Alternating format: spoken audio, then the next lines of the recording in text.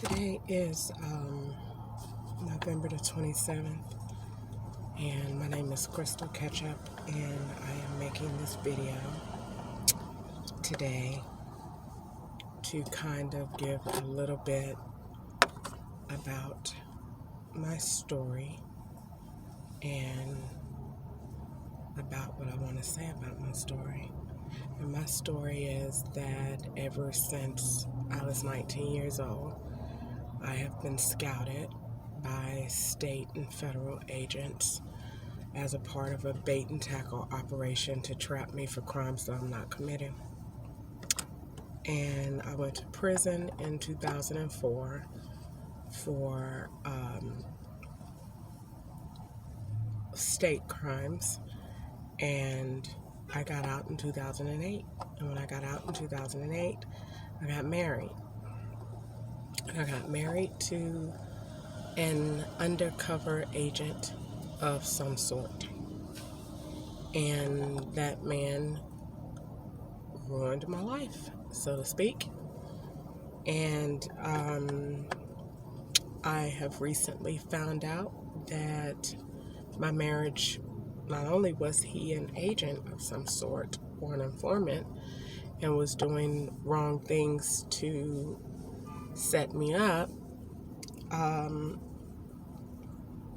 found out that the same corruption team is working some serious fraudulent moves around my marriage, which has me in a dilemma as far as my name, because they're saying that my name that I got married to, Crystal Ketchup, is not real. And that my name is actually Crystal Jackson, which it is not, because I got married. I have a marriage certificate. I got married in a church. I got married. I went to a courthouse. I applied. I paid for money. Got married. Well, I reached out to pastor that married us. He won't answer. I reached out to my husband. He won't answer. I asked him to come see me. Then he said he would. But then I kind of got upset about something else, and I kind of canceled that. But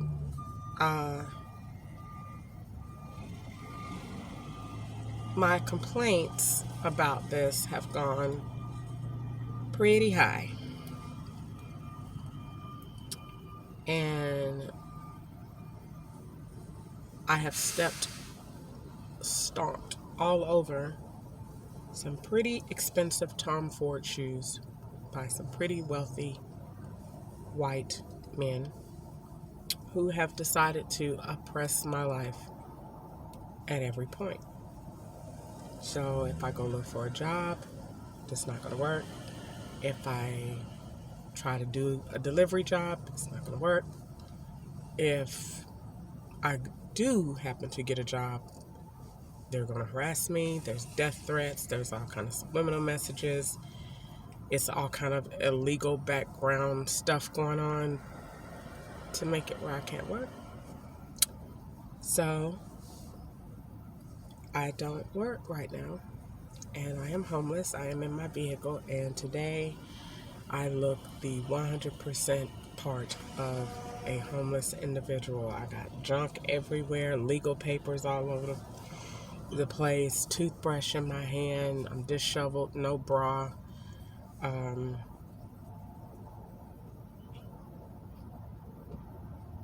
I wanted it like this because I wanted to give the trueness of what my life is like, what it was like, and what it's like now, and why it's like that, and all the way to these bungee cords on the door to keep people from opening the doors while I'm asleep, so I can sleep in peace, because it's all kind of corruption going on while I'm asleep. So I've been in this situation. Family don't really care because they're owned by these people too, and they don't want the same problems that I'm having, so they act like they don't know. And I guess depending on how large their stimulus check is, they really don't know. So I decided to make it in color where people know and they see, and if you don't want to see, then you don't look. But I'm not going to act to family anymore as if nobody knows what's going on with me. Nobody knows where she is. Nobody knows what they know. And everyone turns a blind eye to it. I had a 4.0 GPA. I was married. I had a nice 2-level home. Me and my husband alone. I had 4 vehicles that I claim every year. That is very important. And, well, not every year, but every year that I had them. And I lived very nice. I was not rich. I was just okay. I could pay my bills. Even if I paid my bills late, I could pay my bills. And I sold furniture. And my furniture business was, at first I had Who Trash the Treasure, and then I had Who Wants Seconds. And Trash the Treasure was in South Carolina, and I ran my business for 6 months. White people run that same business, and they are millionaires, live on the water in South Carolina, live on Lake Murray, and are millionaires running thrift stores. I'm a black person, open my store, police there every day, all day. I can't even hire my own police to do security. They said no. So it's been a long-winded road that led me to this point. It's impossible for me to cover it all. I wanted to just cover enough to say I have not lost it. I'm still very well together. I am very oppressed. And the distress that comes from oppression is real. When everything that you do, someone puts their hand over it and shuts it down. And if they don't shut it down, they put a crime around it. That is not true. I worked at Amazon. They were stealing products, taking them to Walmart, staging them, doing the most. It is a problem for me. I worked at Uber Eats. That was done. Uber Eats, somebody's Ubering with me. My app don't work. I don't get calls. If I do get calls, you go into suspicious areas. It's been a problem. I worked at a leasing agent. They're giving me new move-in packets, but the resident is full. If you're giving me new move-in packets, why did you take the move-in packets away from the property after my fingerprints have put on them to say that I moved in 30 move-in residents, which is $100 a piece, which would equal to a significant amount of money that I was not given. So it's been a long-winded, like I said, battle with corruption at banks to accuse me of some of the most ridiculous crimes I've ever seen. And I'm over it. And I decided to make this video to just pretty much state my frustration and state my intent to tell my story of what it was like to uncover the fact that my husband was a special person.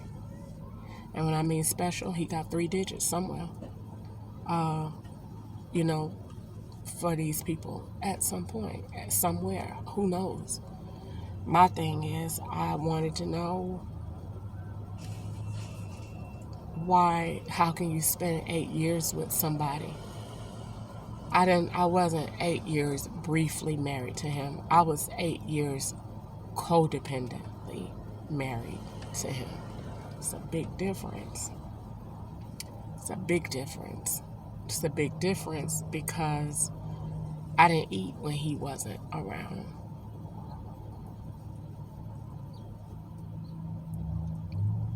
He married me at a time that I had a lot going on.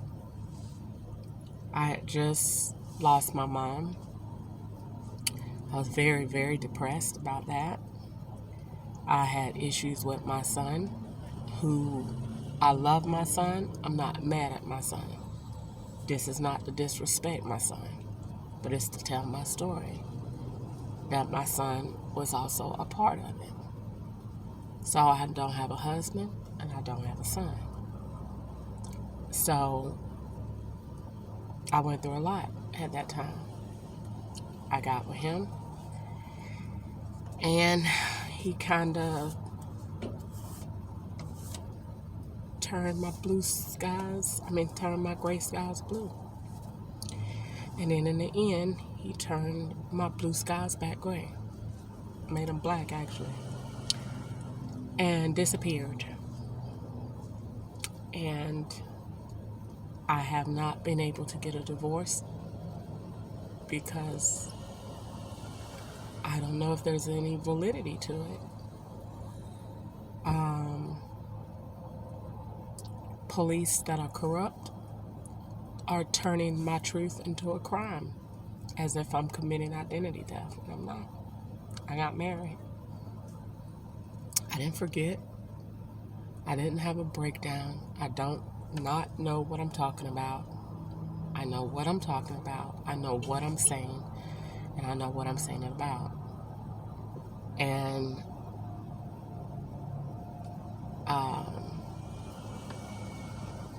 I wanted to make this video because this video will begin my truth in whatever way that is. I don't know. I just know that I've uncovered a lot of corruption, and today was my day to put it out there.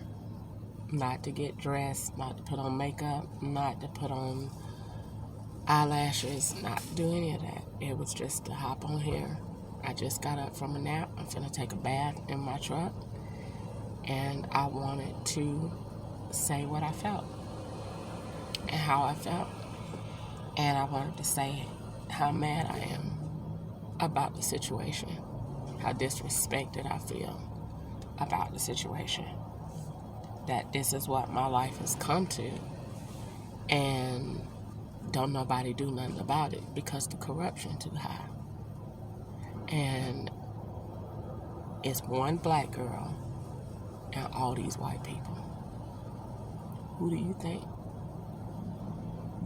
I'm winning either way, because I win if I go to jail, because it's false. God will fight my battle. If I stay out here, I win. Why? Because I have the Lord. God is on my side, even with nothing, even with no money, not even $1. God is on my side. And that's that. But it don't feel all the way that God is on my side when I want to see these people punished. I want to see them go to the same jail that they worked all these years and all this time to try to put me in for something I am not even doing. I want to see them go to jail for all these reports that I made ever since 2015 for my first threat. 2016, first abuse. 2018, first federal report. July. And ever since then, every year, 2018 all the way to 2021, I've been reporting financial crimes being done against me, and no one investigated whatsoever. No one. So it's been a long history of abuse and cellular abuse. because this person operates my phone and aggravates me in my phone almost 24/7. Whether it's changing emails, deleting stuff, I want someone to imagine, literally, going to a park, having the best day with your new boyfriend,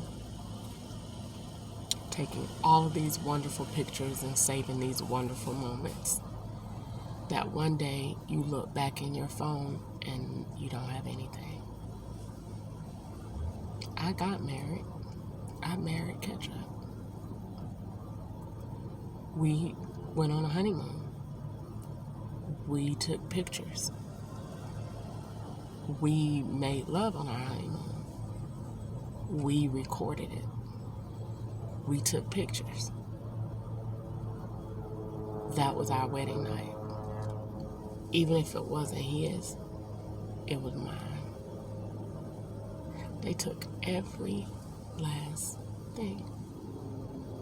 They took him out of my life as if he never existed. I don't have one thing of his. They didn't even leave me a shirt. They didn't even leave me an empty cologne bottle. They didn't even leave me anything. I have nothing at all but traces of financial crimes, of money that was never made, of accounts that was never owned, of phone numbers that was never mine, of businesses that I never worked at. That's all I got. And in return, I get shut up. Or, would you like to go to jail for sexual abuse? And that is something that came from my childhood. It's not a crime. It's leverage. So, I get these threats. I've gotten death threats. I've gotten life in prison threats. And recently, I got sexual abuse and child abuse threats. People come up to me 24/7, all day, at some point. I won't say all day. Enough. With bogus reasons. And I call them staged reasons. People come up. Would you like to have sex for $25? That's not really the question, but it's close enough. I'm not a prostitute. I'm not a federal prostitute. I'm not a state prostitute. I'm not a county prostitute. I'm not a prostitute of any kind. I've never sold sex for any reason. Wouldn't even know how much to put on that when men that have had sex with me say I'm the best. So if that's the case, it definitely wouldn't be $25 if they were to have sex with me. The last person I had sex with was my husband. So, yeah. So today was kind of a day to just put my feelings out there. They don't really mean a whole lot. They're just my feelings. It's just what I want to say. It's just how I wanted to jot what I'm feeling today. And that's it. This is Crystal Ketchup. I'm sure part 2 of this will be a lot better. But this is just part 1.